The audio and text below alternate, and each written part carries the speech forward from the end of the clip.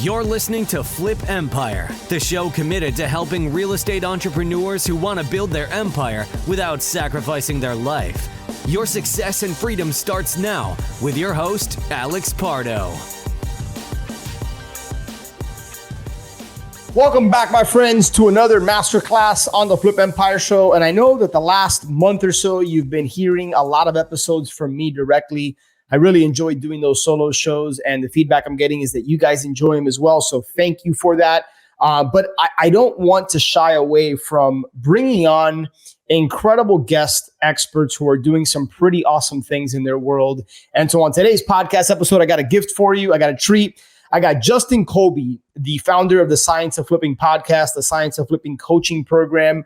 And as you're about to hear, just kind of a chance meet at the gym here in Miami. And now we got Justin on the podcast. So on this episode, guys, there's so much that I believe you're going to take away from it. You know, we talk about the power of relationships, and Justin shares actual practical examples and things from his experience, from his past, from mentors that he's worked with, and how it's completely really changed his life and changed his business. It all boils down to relationships.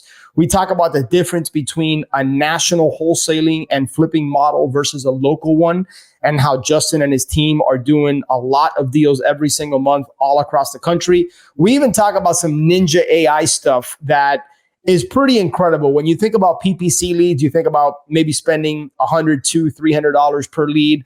What if you could generate up to 100 leads a day and pay $1 per lead? That's just one of the things we talk about on today's podcast episode. We talk about life. So with that being said, guys, I'd love to transition right into episode 723 here with Justin Colby. Justin Colby, what's going on, my man? How are you, dude? What's up, brother? Man, so good to have you. So I want to kind of set the stage for people listening, man. It's I can't believe I've been doing this podcast almost 8 years and I've never had you on. So you're one of those dudes that I've heard the names throughout our circles. We travel in kind of the same ecosystem. And so, guys, recently I joined this gym called Lifetime here in Miami in the Falls area. Justin recently moved to Miami, I think a couple of years ago. So I'm sure we'll talk about that. But I look across the gym and I see this like tall dude. I'm like, man, that kind of looks like Justin. Like we're good friends with James Hawk and Kent Clothier. I'm like, I've seen this dude in pictures. I think it's him. Let me be that dude that just walks up and introduce myself. And sure enough, we had a good conversation. And here we find ourselves, man. So it's awesome to have you on the show. I'm glad that you actually did that. So I tell people all the time to network, to actually go up and say hi to people, because what's the worst thing? What if it wasn't me? Yeah. The person would be like, no, bro, I'm not just. What would have happened? You'd be like, oh, bro, sorry about that. Not a big deal. You would have gone about your day. But the fact that it is me, right? And you had the balls to come up and kind of say, hey, what's up? I'm Alex. Dude, we're going to do some cool shit together over the next several years, right? And it's because you did what I would tell anyone to do, right? I have a funny story as a kid. Like I used to be able to, me and all our boys, we were on bikes and we go to the park and we see these girls and like, we're young, right? So we're 8, 9. Yeah. I'd go up to the girls. What's up, girls? What are you doing? My friends are like, how are you doing that? I'm like, I don't know. What if they just tell me, ew, you're gross? Okay. I don't like whatever. Then I move on. I don't play with them anymore. Right. So it's like, just go up and say hi to people. Always network. Yeah. And you and I don't know each other that well. And I'm sure we're going to build a friendship and a relationship on the back of this. But that's probably one of the reasons you're so successful. And probably one of the reasons you're a thought leader in our space. You coach a bunch of people. You've done a couple thousand deals, whatever it is because you put yourself out there. And that's one of the things I always like to tell men is too many people these days are trying to hide behind a wall of social media or, trying to portray something they're not. When you're your genuine, authentic self and you just are vulnerable, dude, and you are who you are and you approach people, I find that you just build more meaningful relationships that way, man. And life is easier when you're not worried about like what people think or what people say. Like I've gotten beyond that, man, throughout my years. Yeah, I think that comes with what is the age-old saying? Like in your 20s, people think, care what people think about you. By the time you're 40, you don't give a fuck what people think about you. By the time you're 60, you realize no one was ever thinking about you. Yeah. And it's funny, I'm 42 and I could give a fuck. I will say hi to anyone, anywhere. I will reach out to people that are well beyond my pay grade. I'll say, hey man, we got to do something. You got to jump on my podcast, whatever it is. I don't care because there's nothing to care about. Right. No one. Listen, dude, people have their own shit in their lives that they don't care. And it's a morbid thing to say. But if you start to like, if you go to someone's funeral, you'll realize how many people have their own shit to deal with, even though they love that person. Yep. Well, it proof's in the pudding, man. You go to these funerals, unfortunately, and I've seen a couple recently at my age of 42. I'm like, wow, there's not more people here. Yeah. You know? And not just that, man. You and I have both been to funerals, and I don't know about you, but like for me, like, you know, an hour or two into it, you know, people are going on about their life and cracking jokes and laughing and you know, it's and there's I'm not demonizing that, right? Because like, but it's just to your point, man, like people aren't really thinking about you. They're worried about themselves and they're thinking about other things. Now, I think one of the things that separates us is that we genuinely care about people. And that's why that's why we host a podcast. That's why we help people, we coach people, because we genuinely want to see people succeed, right? Like success is not a zero-sum game. Like you can win and I can win. And I really believe it's about collaboration, man. So I'm glad we started the podcast this way, because I see too many people these days that don't look you in the eye, that are very shy, timid. They don't approach life and walk with confidence. And I think those are the separators between those that accomplish things and those that just kind of flounder through life. But man, with that being said, I want to kind of take this podcast in a little bit of a different direction, man. Instead of asking you how you got started, tell us a little bit about yourself. I want to skip all that because I want people to really, really walk away with something tangible from this episode. Yeah. And you got so much to share, dude. So let's give people a pattern interrupt. And I didn't prep you on this. I didn't tell you I was going to ask you this, but when you think back over the course of the last 15, 16, 17 years, however long you've been in real estate, what would you say is the biggest learning lesson? What would you say is the biggest learning lesson you've gone through? Well, what is the biggest mistake I've made, which means it's a big learning lesson, versus what is something that I've just reaffirmed over and over and over again that I knew I learned that and it was the right way, was what we started with, which is your network. I've made more money. So I went and spoke in Charlotte last night, right? And so there was this large room of people, and I've told everyone the same thing I'm about to tell this audience, which is I've spent tens of millions of dollars on paid marketing, okay? And I've made 10x the amount of money through my network than I have through my paid marketing. Yeah. And it goes time and time back. And you know, I've had the fortune to hang out with people like Brad Lee recently and Grant Cardone, whatever. But Brad says it in a way, for those of you who know Brad, the more hands you shake, the more money you make. And it's true. And it's the same concept that we started talking about by you coming up to me in the gym. Hey, dude, I thought that was you. We haven't officially met. My name's Alex, blah, blah, blah. And the reality is, like I said, to your response, we'll do some big shit together. Like this is the start of it. We'll do some podcasts. You'll jump on my podcast. I'm going to be on your podcast, but there's stuff that will happen. It may not be today or this week or this month, or maybe in the next 12 months. Right. But Alex and Justin will do some shit together for sure. No doubt. And I'll tell you, I don't know the exact dollar amount, like percentage basis, but I've made way more money with my network than I have through any type of paid marketing. Yeah. So if you're listening to this, you should be reaching out to Alex. You should be reaching out to me. You know, you should be leveling up your network, especially if you're listening to this thinking, I'm not where I want to be financially. I'm not where my business isn't where it wants to be financially. I'm not. Well, then get around people who are doing it. And it's as simple as asking. Because by the way, all those dickheads out there that are untouchable and won't return your question or anything, like those aren't the right people for you anyways. That's Alex right. Will, I will. Right. And so focus on building your network and be intentional with that time.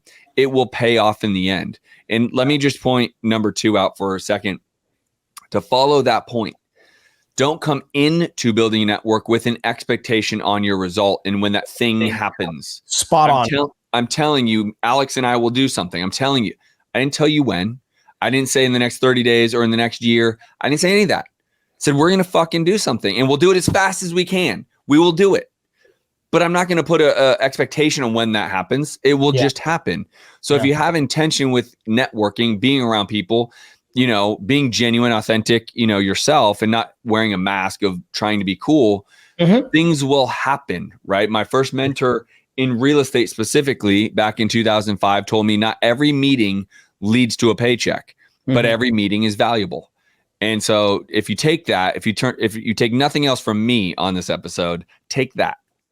Well, I know they're going to take a lot more than just that, man. And that was extremely valuable what you just shared. What I'd love to piggyback on is that for me, man, I was fortunate from coaches, mentors that I worked with early on that I just learned, dude, if you approach relationships always wanting to give without the expectation of getting something back in return, dude, those are the meaningful relationships and friendships that last. Yeah. And you and I are relationships people. And that's why we've learned, like, man, go up to people, like talk to people, share what you do, find out what their challenges are. How can you help? How can you make a connection? When you're always seeking to give and you're not expecting something in return, the weight is off, man. And you're going to see what it does to the power of your network and relationships. And you're 100% right, man. We are going to collaborate. We're going to do something. It's taken, I can't believe we've been in real estate in the same circles this long, and it took a chance meeting at a gym for us to hop on here, but that's the way it was meant to be, man. And that's what's exciting about life, man. It's meeting new people, learning. Sometimes, dude, I can't believe I do what I do because just like the audience, I get to learn, man. Yeah. Like I get to see how Justin thinks, how he approaches business, life. And I always walk away from these podcast episodes with at least one nugget, if not more. Yeah. So just want to just express that gratitude because without the audience, without people listening to us, like we probably wouldn't do this, you know? That's right. You're 100% dead on is you and I are built to make an impact, right? And we realized real estate was a way for us to make a whole lot of money and increase our wealth. But those that are servants, those that want to give, those that want to help others, I knew from the time I was a child, I thought I was going to be a teacher. Well, it turns out I am a teacher. It's just not in the typical definition of being a teacher, which would be like in the school systems, which is what I thought. Yeah. And so, you know, if you can be of service, if you can add value to someone else, it'll always come back around, which goes back to the same point I say is don't have expectations of when it comes back around. Yeah. Just do the right thing, provide the value, and do it every day, and it will come back around. You just, sometimes you don't know, right? Regardless of whether you want to say God or whatever being you want to represent, like, dude, it comes back around. The universe will come back around to you as long as you're being authentic, genuine, and working with integrity to give. It'll come back around. That's right, man. Man, along those lines, Justin, I'm curious how, for people listening that they're like, well, I'm not at Justin's level or I'm not at this person's level. That's a whole separate conversation about comparing yourself to somebody else. Let's put that off to the side for now. If people are listening to this and they're like, damn, I don't know what I can give. Like I always hear people say, share value, give value. Like, what does that mean? And for somebody listening to this podcast or watching this on YouTube saying, dude, I don't know what I can give. What's your advice or what's your suggestion? What would you tell that person that thinks they don't have something to give or something of value? It's time. So the most precious currency all of us have is time. And, you know, depending upon what side of the coin you want to listen to Gary Vee on, time is very long, but it's also very short, right? And so why I say that is, again, at 42 years old, like, unfortunately, I've been to my fair share of funerals already. And it's with people that aren't that much older than me and sometimes younger than me. And so it just depends on how you want to like look at life. And if you want to give value, then you offer your time. It is the highest currency you have is to offer time. Yeah. And if you do that, you will get paid tenfold, 100-fold. And so that's why, you know, when people enroll into my program, Science of Flipping or whatnot, I offer my time as part of it because I want people to know I want to show you the value of what you invested in, right? I don't want to have you go off into someone else and, you know, some coach that you've never even heard of, but you really wanted to work with Justin. I want to give you my time. It's the most precious thing I can give you is because I've done this for 16 years.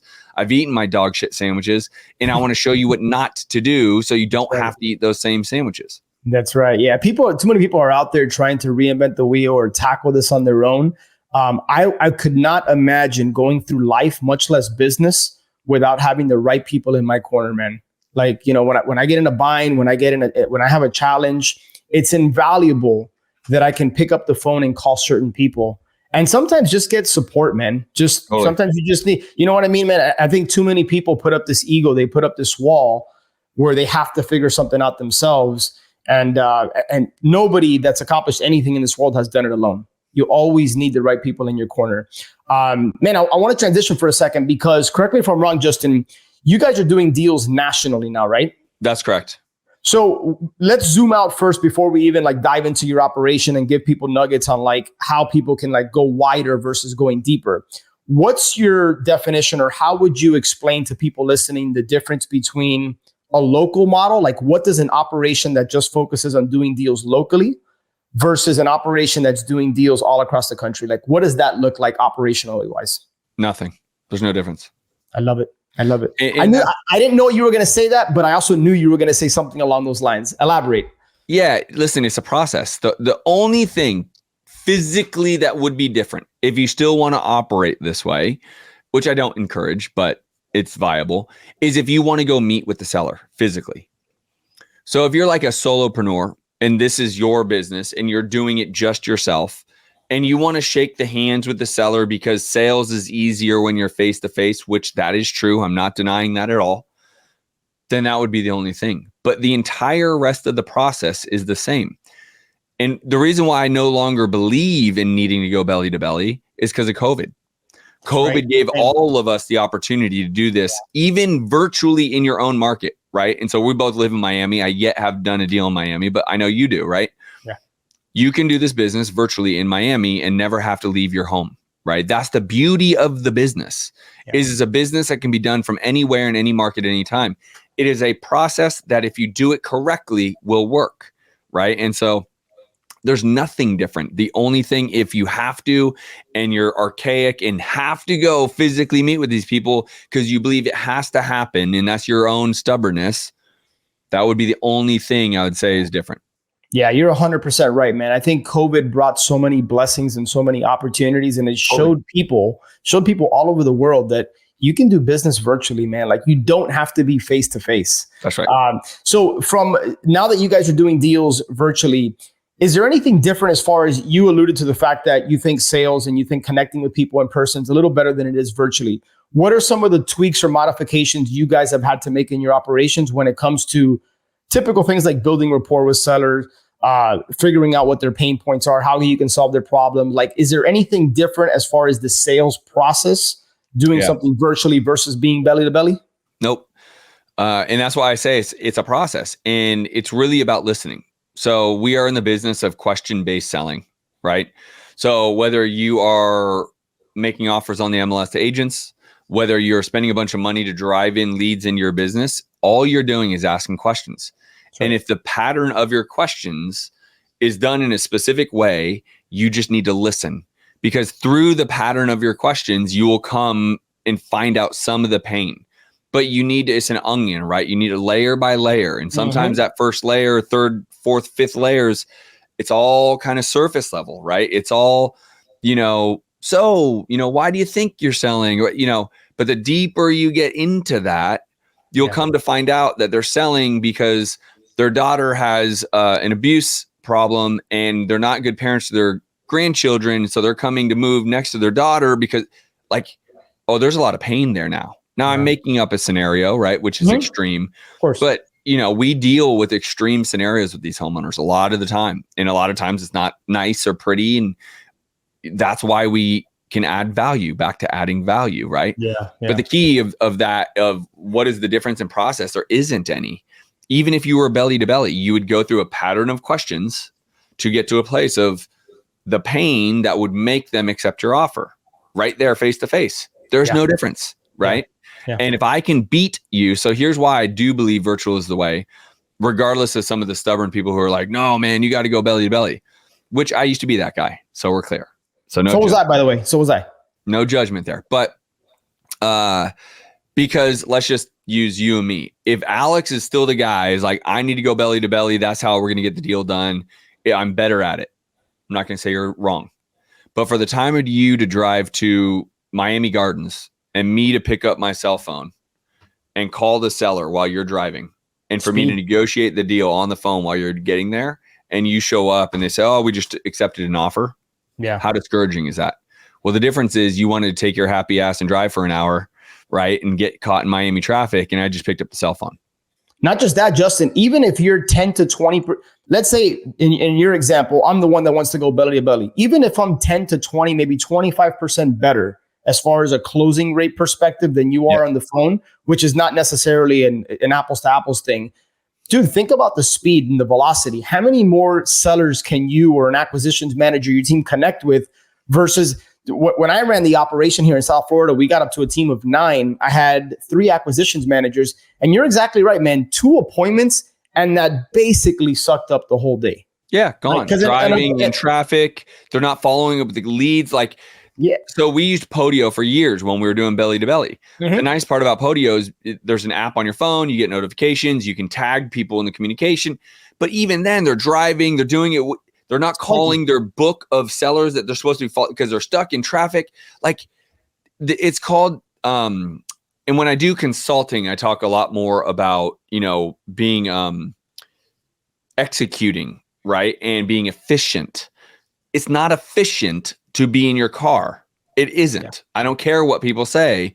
You can't follow up with the list of sellers you need to be following up. You're not taking good notes because you're trying to do one hand while you're driving. Like, right. The efficiency goes way down, not to mention your volume. And you and I know that this is a volume game. We need to talk to more sellers than everyone else. And if we do that, we will win. Yeah. Well, it goes back to what you were saying that what Bradley shared with you, and I'm paraphrasing, but something along the lines of the essence was the more palms you shake or the more hands you shake, the more money you're going to make. It's the same concept here. The more sellers you connect with, the more offers you make, the more money you're going to make, the more deal. I mean, it's basic, right? And oftentimes I connect, especially with newer people, but even intermediate wholesalers and flippers that are doing 2-3 deals a month, and they're frustrated by the lack of results they're getting. The first question I always ask them is, how many leads did you generate? How many offers did you make? Like, for me, it just boils down to that simplicity. Now, if they're not making those offers, oftentimes I find that it's a mindset thing. There's a barrier. There's a roadblock that needs to be removed there. But it really boils down to how many leads are you generating? How many offers are you making? Or how many appointments are you going on, depending on how you run it? Yep.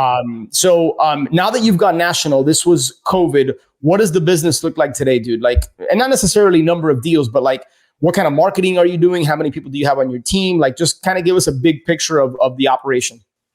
So we have 7 people on our team.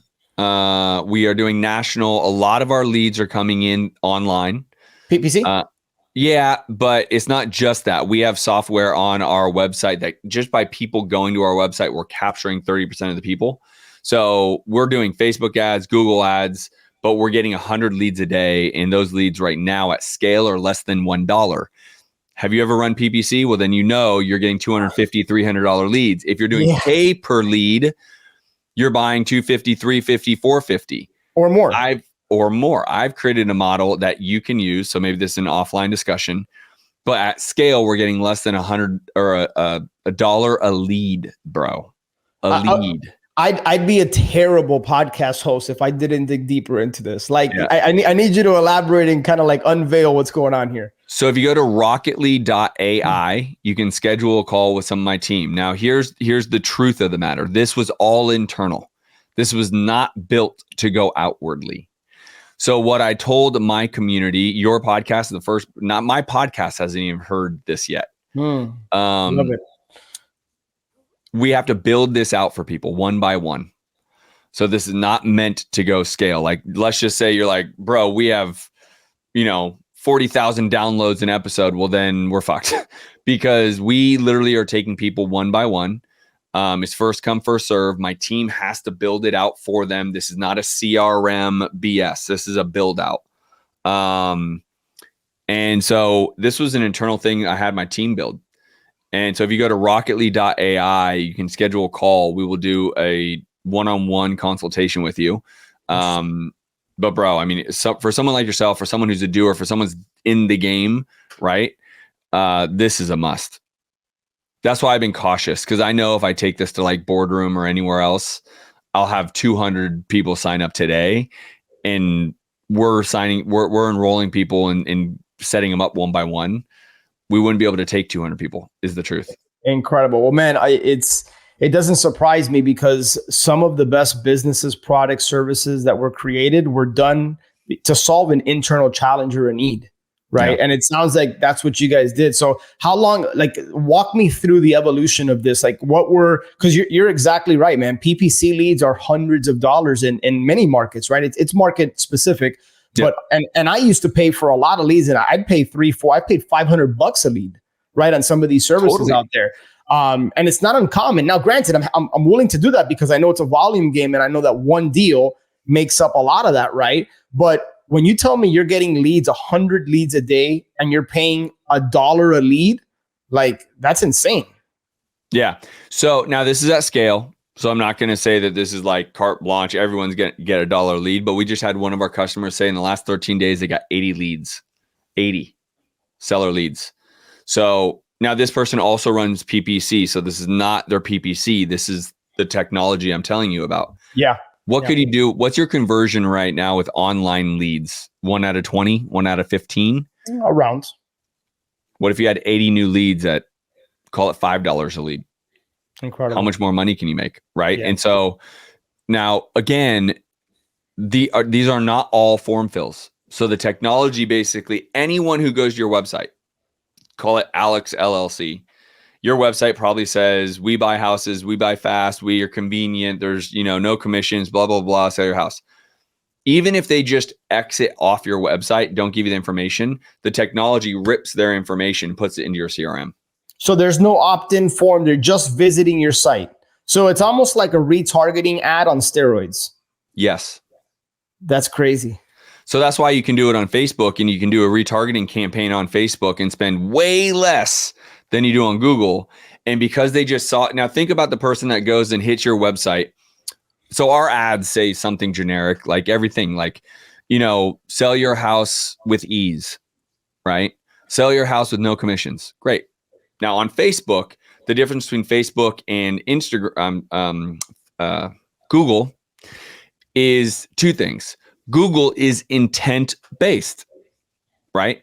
You go to Google, you say, I need to sell my house fast. That is your intention. You're looking that up. Facebook, you're looking for tits and ass. You're looking for Rolexes. You're looking for private jets. You're looking for your interests. Fair? Yeah. So if you see an ad that says sell your house with no commissions and someone clicks that ad, do you think there's some motivation behind it? They're not there for sell my house fast or sell my house with no commission. Yeah. They're there for the tits and ass and the Rolex and the jet and the cars and the stuff, right? Their interests. But then they click this ad that says sell your house fast. So you already know there's motivation. Now it's our job. So inside of Rocket League, we have automation, AI. So internally, I just bought into the AI concept last year. Okay. And I told my team, I was like, we need to build AI into our communication with our leads. That's how this whole thing started. Interesting. So then we built it out. And so I run, obviously, the science of flipping my community. I run a mastermind as part of the whole community. It's not a mastermind. We have 8 coaching calls a week. We have a mastermind. We have this whole thing, right? So I present it to say, hey, this is what I'm doing. This is how it's happening. But and everyone's like, I need that, Justin. And I'm like, oh, shit. Like, it's not meant to sell people. This is what I just do. And so I looked at my tech partner and I say, can we even like build this out? And he's like, and literally we have 30 people staring back at us. And he's like, I guess. So that's where it came. And that's why it's one by one, dude. Like, wow, interesting. And so it's very costly for me. There's not like, it's not a big profit center. I'm not trying to, go become some multi-bajillionaire off this technology, at least at the moment. And so, but dude, it's a game changer, dude. And that's why you can go get such cheap leads, is because they're coming through a cheaper resource such as a Facebook. And you're getting in for, do you do PPC on Google? I have. I'm not doing it now. So for those, like Nick Perry is a member, Nick, right? Yep, of course. So he spends $1 bajillion on, think about how many more leads he's getting right now from what he's already doing. Now he's got to be spending 6 figures a month on PPC, I think. Yeah. But so the opt-in rate on like the actual form opt-in onto someone's webpage is something like 5 or 6% of the people that go to your website actually opt in. Well, our technology will rip. So let's just say there's 100 people there. That means you're going to get 5 or 6 opt-ins, give or take. Right. So the other 95, 30% of them, so let's call it 30 people, we will get their information for you to reach out to them. And you don't even need to reach out to them. The automation, the AI starts the communication.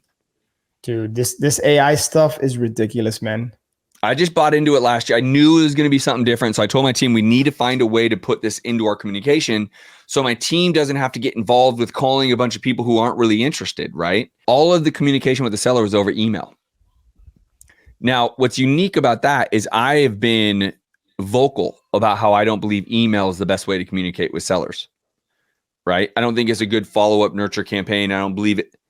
Well, now I have to eat my words because this shit is working real time, especially because text messaging is basically dead and gone. Email is actually working. This woman lived in Europe, never communicated with my team, only replied to our emails, got a postcard because part of the automation is there's an automation that delivers postcards if they don't get on the phone with us in a certain amount of time. Called or replied to the email again because the postcard reminded her about our conversation. My entire team never talked to the seller once. That's unbelievable. We made 30 grand. We shared some of this with a guy in Detroit because the deal was in Detroit because he found the seller. I think we netted 20 grand on the deal. It's incredible. All through email, bro. And so now I have to like eat my words after a decade of telling people email doesn't work. Email fucking works. I promise. That's why I always tell people, man, be open because we're limited by our beliefs, right? Like be open to the possibility that the way you're doing something, and I'm speaking generally, is maybe not the best way to do it. Yeah. Or sometimes we say things like, oh, this doesn't work. Do you know that to be a fact? You know what I mean? So like, and that's what you just shared is a perfect example. Right. I'm curious, man, when you think about all the marketing you guys are doing, what percentage of it is online versus offline? I would say it. So how do you like working with agents? Is that online or offline? Because I'm technically working online MLS leads. Yeah, I mean, to me, I'd consider that on. Like, I think of offline, I think of direct mail, I think of banded signs. That to me, that stuff is offline. My team heavily, we are buying deals from MLS, our own lead sources, which is most heavily online, and my community. So like, I pride myself on buying deals from the members because I'm teaching them how to go get deals, and I want them to get paid fast. Yeah. So I will give them my buy box, literally something I will buy. Mm-hmm. I buy the whole state of Florida. I buy all of North Carolina, South Carolina, Alabama, Georgia, Oklahoma. I say, go find leads in there, go market in there. I'm your buyer. And so I buy from them. So I have students making sometimes $2 grand, sometimes 30 grand on assignments from me as the buyer. And so between my community, between the MLS and agents, and between my online marketing, that's my 3 lead gen. That's incredible, man.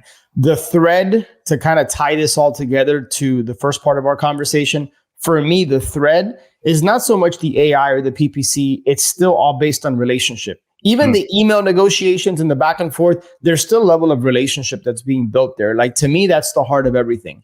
What you just elaborated on, the fact that like you're like, that's a value to your students and to your community, that like they have a built-in cash buyer ready to go if they can provide what you're looking for, your buy box. Like, that's built on relationship, man. So that's right. Dude, that's incredible, man. I tip my hat to you, man, for being so innovative on the AI side.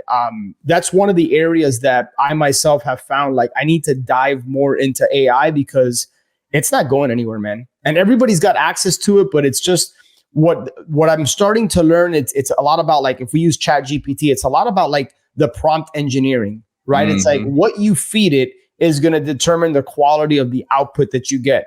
But man, like you can use this. Like I see so many marketing messages. To your point from earlier, everybody always says we buy houses cash, we close on your timeline, no closing costs. Like, how can you start to separate yourself from the competition? How could you leverage AI to give you much better copy to deliver your message to the prospect that's dealing with specific pain?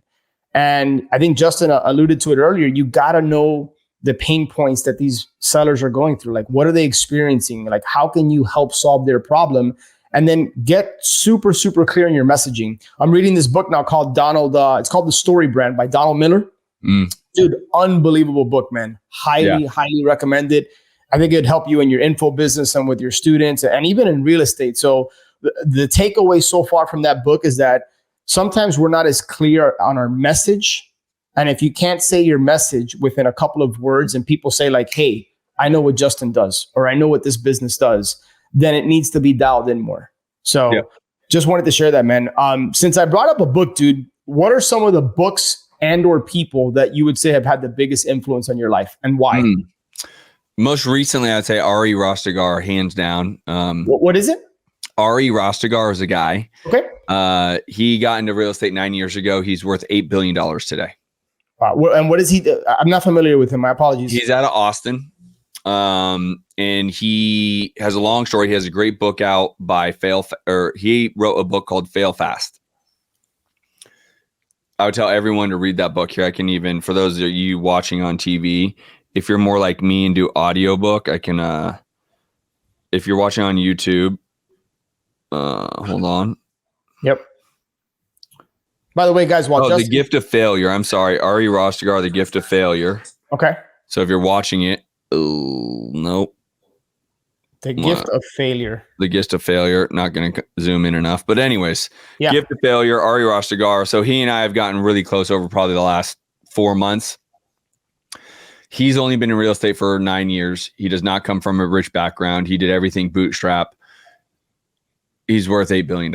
And I say, what the hell am I doing? I've done this for 16 years and I'm not worth $1 billion. He's worth $8 billion. And he didn't come from money. He broke into it with $3,000, just like many of us. Right. And so how do you do that? Like Grant Cardone looks up to him. Right. So he and Grant talk a lot and Grant's like, bro, blah, blah, blah, right. Because he's doubled Grant's net worth easily. So he's been a big impact. His book will make a massive impact. Is something as simple as journaling every day, which I took from him. Okay. The 5-minute journal you can get on Amazon. It's like $20. Go get that. Start journaling every day. But he's been a huge impact for me. The Gift of Failure. And so I tell you, I read a lot and because I travel so much, it tends to be audiobook. So read or listen. But that one has made a massive, massive impact on me. Outside of the journaling, what else is something that you're able to share on the podcast that you've taken from him and just from the communication, the context? Because when somebody has risen from having $3,000, I think you said, to having a net worth of $8 billion, that person knows something. They've done a few things right. Is there anything you're able to draw from the experience you've had in communicating with him that you're able to share here that like, man, that's a distinguisher. That's something I took away from this conversation, or this is something that got me to think maybe differently than I was thinking? Yeah. So I'll say it here, but we go in depth. He was actually on my podcast. So if you go to my YouTube channel, justincolby.tv, go look up the episode that I did with him. Okay. He will go more in depth, but I will tell you, he echoes the sentiment about your network. He credits everything to his ability to build his network. And so he would do things like, he used to live in New York. He would make friends with the bartenders at these, in the financial district, and pay the bartenders like $100. Hey, tell me when they get here. Wait for all the Wall Street guys to get annihilated. He would go sit at the bar, wait around for these guys to want to go get another drink. When they sat next to him, he wouldn't be drinking at all. When they sat next to him, he would start conversation. And he was able to raise all this capital because he paid the bartender $100, $200, $300 to give him a call so he can walk down to this bar or get to this bar when all the stockbrokers and whatever showed up at this bar so he could be around money. I'm like, oh my God, that's brilliant. Yeah, man. And he didn't know these people. So he had to start the conversation still, just like you started with me at the gym. So he would have to say something. They would probably bump into the bartender, blah, blah. And he'd, hey, brother, I love that whiskey, blah, blah, and then start the conversation. What do you do? And he'll be dressed sharp and he'll look the part. And brother, I mean, go to my YouTube, bro. He goes in on it and he talks a lot about the power of your network and communication. Yeah. And so I mentioned Brad Lee, and he has told me, Justin, every dollar you've ever made and every dollar you will make, if you're able to look backwards, is directly from a person. 1,000%. Every deal that ever gets done is between two people. Every dollar you make and every ounce of net worth is between the people. So focus on the people and you'll get there, right? And so he's kind of privately been my mentor now for the better part of 6 months. And we have some kind of cool stuff that we're working on. But very cool. It's been a blast. But listen, when these people that are at the places we all want to be, are saying the same thing that we started this podcast with. Yeah. It goes to show you guys should be listening to this damn podcast. Make sure you're reaching out to Alex. Make sure you're reaching out to me. Watch that YouTube video. It's powerful shit. Again, 9 years in, he's built a net worth that most people would dream of. I want to become a billionaire, and that's one. He's done that 8 times. And you know what I also draw from that you didn't say this, but it's very evident to me that most successful people, especially like when they've gotten to a level like that, they want to give back, man. They want to have, like, at the heart, not all successful people, I hate to speak in absolutes, right? But most successful people I know, and I don't know that I know any billionaires personally, but clearly that guy has a heart to want to help Justin Colby. That's it. Because now he's mentoring you. Now he's building a relationship. These people want to pay it forward, right? Not always. And so don't be shy to go up, man, because if you approach the relationship and you approach the person the right way, not with your handout, right, which we already talked about, but just wanting to connect, being genuine, being authentic, most times that person wants to help you, right? I know when people reach out to me, man, like I'm still humbled and I feel grateful when people reach out to me, like wanting to get a minute or two of my time, or they think enough of me to ask me a question about this. Now, the pendulum can swing the other way where you give so much of yourself that now it starts to take you away from other things, right? So I think you got to be wise and intentional about it. But man, like we have a heart to want to give back and help. And again, that's the reason I do this podcast. And I definitely want to get you guys to head over to check out justincolby.tv. Check out his podcast, his YouTube. He's got a lot of really cool things going on, the science of flipping. But man, as we start to wrap up this show, dude, you moved to Miami a couple years ago. So now you're, I want to say in my neck of the woods, man, but it's almost like we're neighbors. Talk to me, man. You're a girl dad. You're raising a family. Like how's life treating you, dude? I love it here, bro. We, funny enough, we were kind of going to Charlotte as a family to kind of see if we'd want to move there, right? Because, listen, Miami's a big city and we're raising girls, right? And it's like, do we want that kind of thing, right? And my wife is from here and she's Cuban and, we moved back here because we want to be around the family. But man, we got back last night and already today she's like, I can't go move to Charlotte. So it's like, this place feels like home to me. I personally, as a white person, obviously, I love the culture. I love the Latin culture. Obviously, I married a Cuban woman. Yeah. But just the vibe, the energies, and I'm not talking about the partying. I'm talking about like even just the energy of this city and the fun and like Lifetime opens up here in our neighborhood. And it's just like great people and going and hustlers and family, right? So anyways, I love it here in Miami. Here, bro, this is how much I love it here in Miami. What am I eating right now? You already see it. Pinecrest Bakery, dude. Come on, bro. My spot, man. Only locals know about Pinecrest, man. That's it. Incredible. I love it.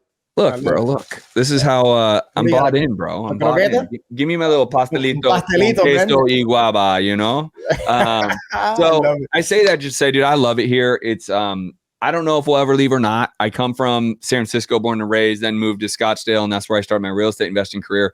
Yeah. I think there's a chance we one day could maybe go back to Scottsdale. My wife loved it. I love it, but Miami's great.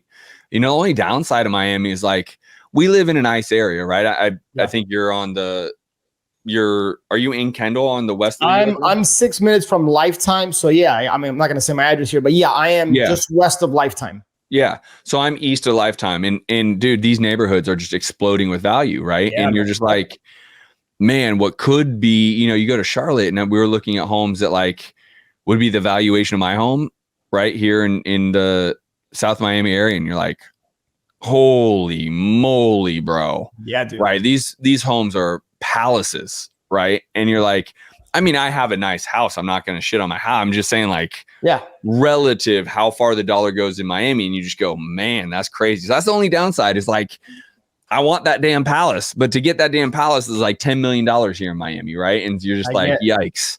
I get it, man. I get it. Well, man, fatherhood looks good on you, man. It's awesome to have you in my hometown city, man. And I know you and I are gonna connect more, build a relationship, and hopefully do some really cool stuff together, man. So I love what you're doing, man. I always want to champion people's efforts who are out there like putting out valuable content. And yes, wanting to grow a business and build, the certain lifestyle, but like helping people, man. And I see you doing that. Like your YouTube has exploded. You got so much content out there. And yeah, man, so I'm glad we had an opportunity to connect, dude. Hopefully we'll see each other very soon, man. If there's anything I can do to add value or to help you, man, you know, I'm always here for you, dude. So I appreciate you just coming on the show and sharing your knowledge. Yeah, brother. I appreciate having me. Awesome, guys. Hey, everybody, I definitely want to recommend, check out Justin Colby, justincolby.tv. He's got a podcast, YouTube, scienceofflipping.com. Is it The Science of Flipping or just Science of Flipping? The Science of Flipping. The Science of Flipping. So, and thank you. Again, we couldn't do what we do if it wasn't for you guys devoting your most valuable, precious asset, which is your time, to listen to us. There's so much content out there, and it's not lost on me that you've chosen to tune into this podcast, Justin's podcast. So thank you guys. We genuinely appreciate it and really look forward to connecting with you on the next episode. Hope you enjoyed that episode. But before you go, you know, I've had a lot of people recently reach out to me wanting to learn more about Ascend, wanting to understand how the mastermind component works, how the coaching relationship works. And so right now we're actually on a waiting list. But what I would encourage you to do is, if you think you're the right fit and you think you could benefit from being a part of our community, head over to ascendyoursuccess.com, watch the short video, and then just click the apply to join button below. And then we'll be in contact with you if and when a spot opens up. So really appreciate you listening to Flip Empire here. And I look forward to connecting with you on the next show. Take care.